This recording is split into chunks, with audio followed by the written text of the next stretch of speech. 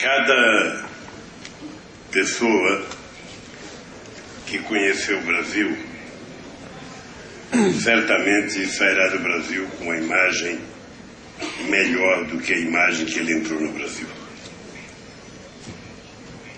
E eu acho que poucos países do mundo têm a diversidade que tem o Brasil para mostrar ao mundo.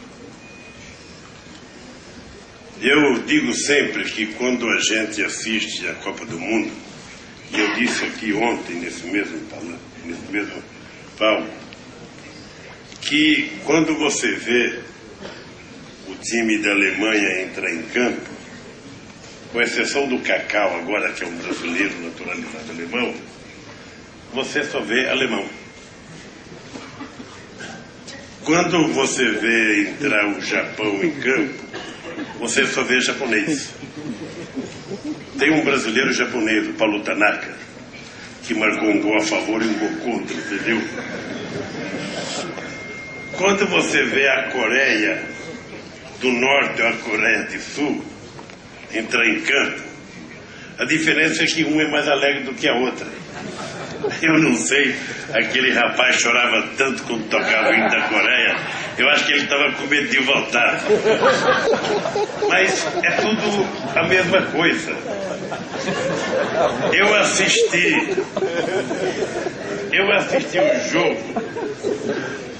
o jogo Itália e Sérvia ou Itália e Croácia, em que nem no banco de reservas e nem no campo tinha um único negro. E assim você vai vendo que são poucos os países que têm essa diversidade de raça, essa diversidade cultural que tem o Brasil.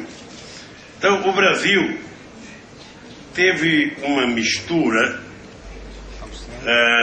extraordinária, que é a mistura do índio, do negro e do europeu. E deu essa gente bonita como eu. Que se não tivesse outra razão para vocês ir ao Brasil, teria a beleza das mulheres e dos homens do meu país.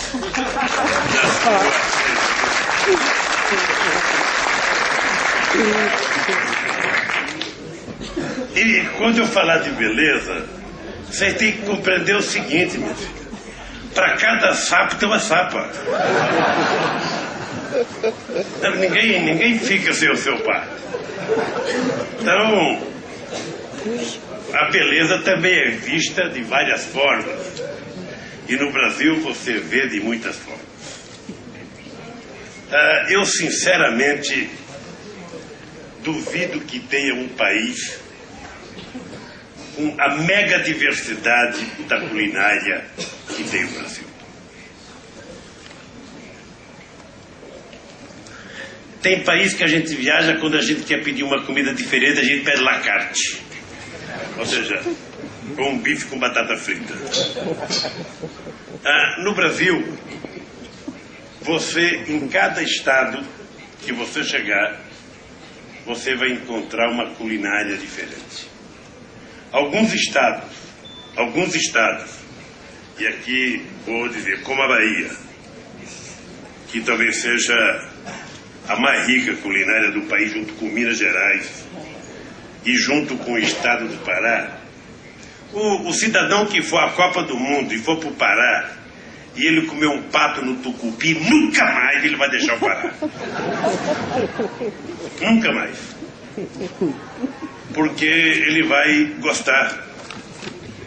Bom, isso tudo são coisas que devem motivar as pessoas a visitarem o Brasil. Agora, companheiro ministro e companheiro Janine, presidente da Embratur. Essa semana, eu preciso ser muito sincero, porque às vezes a sinceridade dói, mas ela é melhor do que uma mentira que não dói. Eu fui esses dias lançar um programa de cinema lá em Lusiânia. E foi uma coisa muito interessante, porque todo mundo culpa todo mundo pelo fracasso do cinema. Achei fantástico. Todo mundo culpa todo mundo. A única coisa que a gente não pergunta é o seguinte: por que o cidadão não vai ao cinema? Ou por que o cidadão não faz um cinema? E a gente não tem resposta. Eu comecei a brincar com os nossos companheiros e dizer o seguinte: olha, primeiro, nenhum empresário comunista ou socialista, sabe, vai fazer um cinema se ele não der lucro. A primeira razão para alguém fazer o cinema é para ele dar lucro. Se não der lucro, ninguém vai fazer o cinema. Se o Estado fizer cinema, vai ter prejuízo, além de ter uma quantidade de burocrata trabalhando no cinema, que vai ficar muito caro. Então nós temos que motivar as pessoas a fazerem o cinema ser lucrativo. E aí é saber como tirar um casal de casa. Como tirar o marido e a mulher de casa para ir para o cinema. Ou seja, como tirar um casal de jovem de casa para ir para o cinema, se você não oferecer para ele múltiplas oportunidades na hora que ele sai de casa. Porque às vezes ele tem que pegar um carro, tem que ir no estacionamento, quando ele vai buscar o carro roubaram, ou seja, tem que ter alguma coisa para ele comer perto do cinema, tem que ter alguma coisa para ele fazer, porque se for apenas para ir para o cinema, se ele tiver uma televisão dessas que eu vi agora 3D, ele não sai por nada desse mundo. Ele fica no sofá, pedindo as coisas para a mulher. Me dá geladeira, me dá água, me dá cerveja, me dá uísque, me dá limão, ele fica em casa. Eu estou contando esse caso do cinema, que é uma coisa que a gente precisa, Eduardo, se preocupar. Como é que você vai levar o cinema na periferia do Rio de Janeiro? Como é que a gente vai fazer um cinema no Complexo do Alemão? No Pavãozinho? Nós precisamos levar e garantir que ele só vai ver cena de violência lá dentro no filme.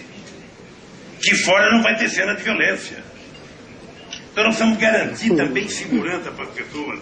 Hoje, e não é no Brasil, é no mundo inteiro. É no mundo inteiro.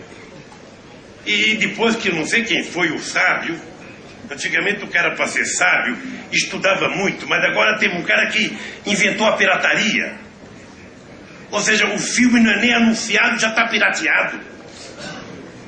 Às vezes o cidadão assiste, não entende nada, mas como foi barato, valeu. Então eu penso que o desafio que está colocado no cinema está colocado por tudo. Nós estamos no continente africano. Nós vamos ter uma overdose de atividades esportivas entre 2013 e 2016. Primeiro, em 2011 nós vamos ter Olimpíadas Militares. Certamente vocês não vão querer ir nessa, mas vai ter 6.000 atletas. Vai ter 6.000 atletas que têm família como nós temos e que, portanto, querem ir. E que, portanto, vai ter muita gente. Em 2013 nós vamos ter a Copa das Confederações, que é aquela que o Brasil ganha para enganar a gente pensando que vai ganhar outra.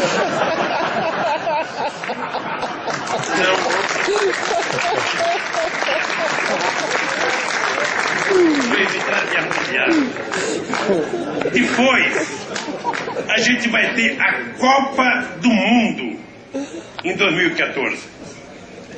É quando você pensa que terminou tudo, vai ter a Copa das Américas. Aí quando você pensa que terminou tudo, vem em 2016 as Olimpíadas. E antes vai ter junto praticamente a Paralimpíadas.